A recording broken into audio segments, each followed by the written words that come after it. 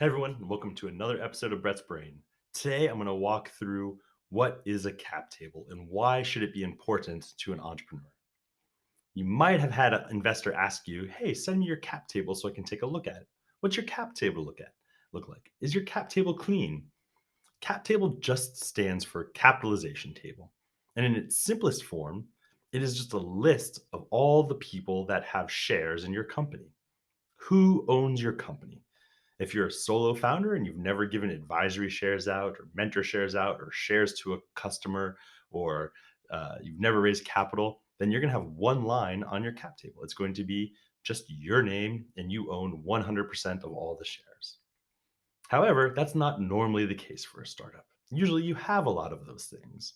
And so the cap table is a great way and an important thing for entrepreneurs to use to keep track of who owns what and how many of them. So if you have three co founders and you have 10 employees that you've issued shares to, and you have 10 investors, you're going to have 23 people on your cap table. And it's going to show who owns what. It can also show vesting schedules. So, what percentage of shares are vested? And so if you have employees and they have a 3-year vest period, that means that not all of their shares, if they leave tomorrow and they just started, are going to be outstanding still. And so it's a great way for a founder as a tool to calculate who owns what. If you sold the company today, how much of the company would I actually own? How much of the company would other people actually own? And so it's just a great tool to keep track of your ownership stake and the rest of the founders and rest of your employees and stakeholders in your company ownership stakes. And that can tell you how much they should be incented or driven by the equity they have.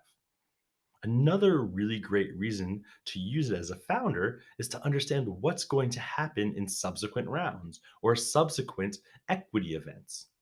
So if you're going to bring on a new high level employee and give them 5% of your company, you understand how many shares that is and how that affects everyone else on the cap table.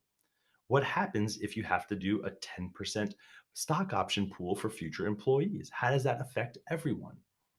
What happens if you're going to go raise capital and you think you're going to end up giving up 20% of the company? You can do a projected cap table post capital raise or post equity event.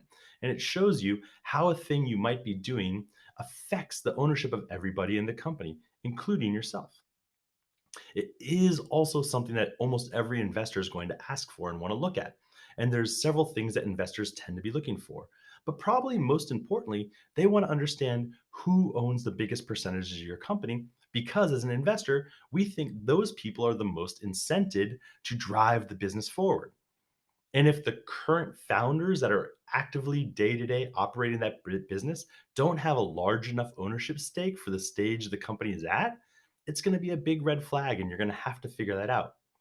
That's just one tip around a cap table that investors are looking for. We're going to walk through another video that talks about a few other common mistakes founders make when they're putting their cap table together and doing equity events. If you like this video, please subscribe for more.